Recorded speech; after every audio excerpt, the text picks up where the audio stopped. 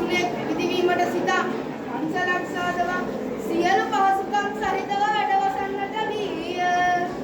සිවුරු අරගා නැගුණු කණයක් කොටගෙන ඔබ මහ ගෞතම බුදුරජාණන් වහන්සේ මේ අයුරින් අතීතාවර්තනය සිදු කළසේක.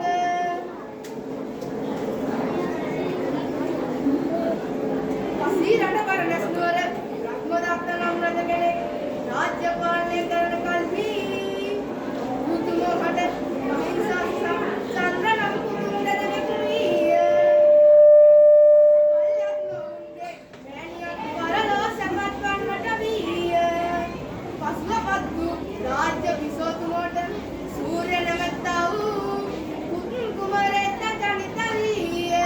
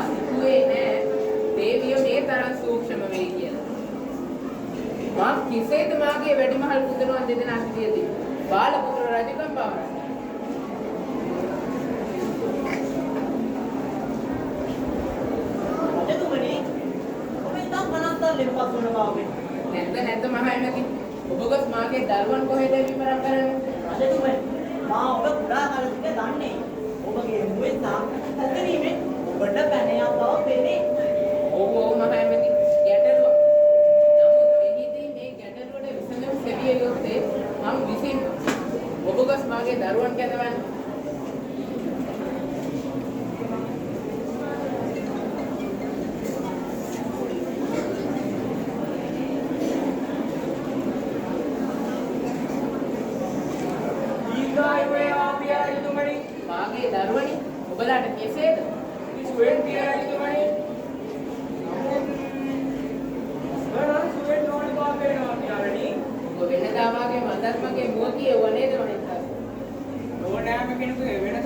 මට ඒක තප්පරෙන් කියන්න පුළුවන් පියාණනි. කදිම. ඔබ දෙදෙනාම ඊටාම නුවණැති දරුවන් බව මා හොඳින් දන්නවා. ඒ නිසා මා මේ පවසන දේ හොඳින් අහගන්න. ඔබගේ මෑණියන් නැතුව දා සිට මා ඔබලා බොහෝ සෙයින් ආරක්ෂා කරනවා. එයා අප දන්නවනේ පියාණනි. ඔබ අපට කොපමණ සෙනෙහසක් දක්වනවද? ඔබගේ බාල සොහොයුරු සූර්ය කුමරු ඉපදුණු දින මා ඔහුගේ මෑණියන්ට වරයක් ලබා දුන්නා. ඇය පසුවට කල දමා දැන් පැමිණ වරේ ඉල්ලා සිටිනවා. ඉතින් පියාණනි මමත් මගේ මල්ලිත් එක්ක කිසිම අකමැත්තක් නැහැ. ඒ ඉල්ලු වරේ ලබා දෙන්න. එසේ කළ නොහැකි දරුවනි ඔබලා දෙදෙනා සිටින කෙසේද මම බාල පුත්‍ර රජකම් පවරයි. අප දැන් කුමක් කළ යුතුද පියාණනි? ඔබ දෙදෙනා මාලිගයේ සිටියොත් ඔබලාගේ සුළුමවගෙන් ඔබට අනතුරක් සිදු වෙනවා. ඒ නිසා ඔබ දෙදෙනා හිමාල වනයේ පිටව ගොස් මා මියගිය පසු මෙහි පැමිණ රජකම් බාර. එසේ කළ නොහැකිය පියාණනි. එසේ තම වනාන්තරයක තනිව ජීවත් වෙන්න. ඒ සොයුරේ යානන් පැවසුවේ අපේ ආරක්ෂාවට අප සිදු කළ යුතු දේ. ඒ නිසා අප මාළිගය හැරදා යුතුයි. පියාණනි ඔබ හැරදාම කෙසේ යන්නද? මාත් මේ තීරණය ගත්තේ බොහෝම අමාරුවෙන් දරුවනි. නමුත් ඔබගේ මතු දවසේ නිසා එය කළ යුතුමයි. එසේනම් අපට පිටව යාමට අවසර පියාණනි. දීර්ඝායුෂ වේවා දරුවනි.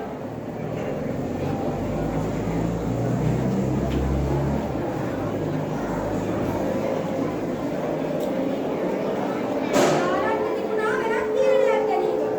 එසේ තම වනාන්තරයක තනිව ජීවත් වෙන්න.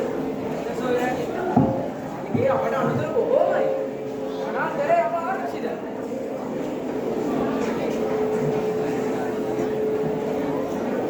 අයියන්ටි ඔබ කොහෙද යන්නේ? අප දෙදෙනා වනාන්තරයෙන් නික්ම වෙනවා. අපේ නතුරු ඔබ පරිස්සමෙන් සිටින්න. මාත් ඔබ සමග පැමිණෙන්නම් අයියේ. ඒ සූර්ය කුමරුනි ඔබ පැමිණියොත් ඔබේ මව ඔබ සොයයි. රජකම අනසි මට නොවේ මගේ මවටයි. ඒක නිසා මාව තනි නොකර මාවත් රැගෙන යන්න.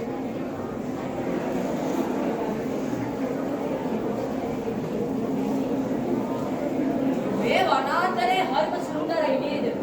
සුන්දරත්වයේ පිටුපස භයානකත්වයේ තිබිය හැකි. ඔබ මාව බය කරනවා. අප දෙදෙනා සිටිනා ඔබට අනුදුරක් ගන්නට ඉඩ නොදෙමි. ඒ ගැන බිය විය යුතු නැහැ. මම දන්නවනේ මගේ අයියන් දිලාගෙන.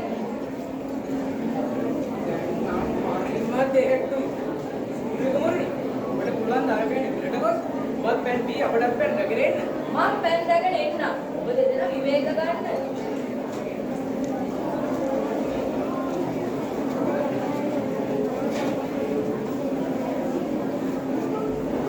මුළුන් දෙදෙනා ගමන් කළ වනාන්තරයේ වෙස මුනි රජුගෙන් වරම් ලබා උනට නතුපති රාක්ෂසේකු වසන්නට වී ගිය. දේව ධර්මයේ සොයමින් සෞරුද්දනක ඉකප කරගනිමින් වාසය කළා වූ රාක්ෂසෙමේ උනට වටසක්වේ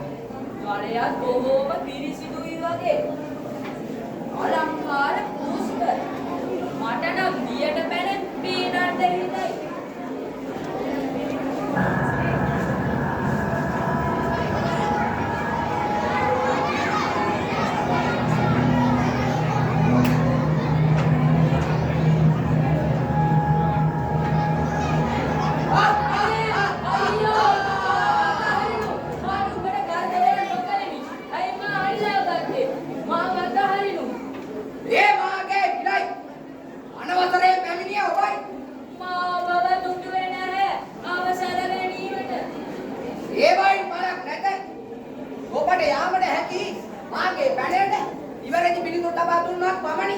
කුමාරට නුඹේ පැනය. දේව ධර්මයක ඔබ දන්නේයිද? දේව ධර්මය.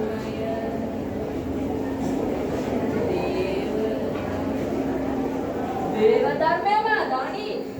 දේව ධර්මය යනු ඊරුසා සඳුයි. නැත. ඔබ පැවසුවේ මුසා. මාත් ඔබ සිර කර තබමි. අනේ අයියේ.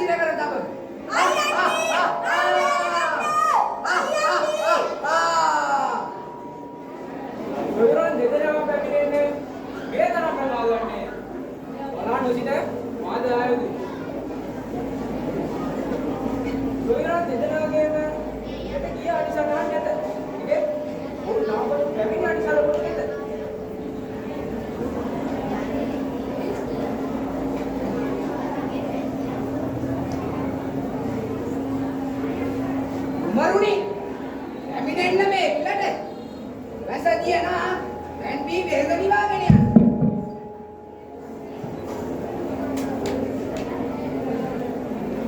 රකුස ඔබ ඉතින් මාත ඔබ හඳුනාගත්තේ නෑ කියලාද?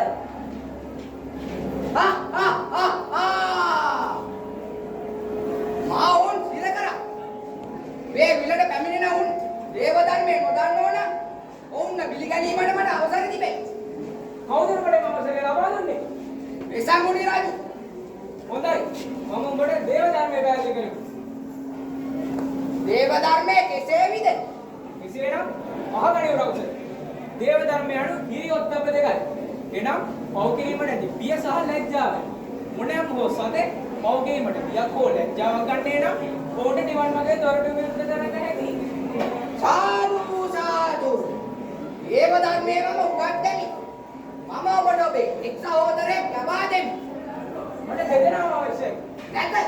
මට ඔබට දිය හැක්කේ එක් සහෝදරයෙක් පමණි. එසේනම් මාට සූර්ය කුමරු ලබා දෙන්න. ඔබ ඔබේ වැඩිමහල්කමට සිටියේ බාලකුමරු ඉල්ලන්නේ. ඔබ දේව ධර්ම ආරක්ෂා කරන බවක් නම් පෙනෙන්නේ නැහැ. නැත. අප මාළිගයට ගොස් සූර්ය කුමරු රකුස් කෑවයි පැවසුවොත් ඒ ඔහුගේ මාළිගල මාළිගයේ කිසිවෙක් පිළිගන්නේ නැහැ. ඒකයි මාගේ සූර්යයන් වහන්සේලා සූර්ය කුමරු ඉල්ලුවේ. සාදු සාදු. මම ඔබට ඔබේ සහෝදරයන් දෙදෙනාම ලබා දෙමි.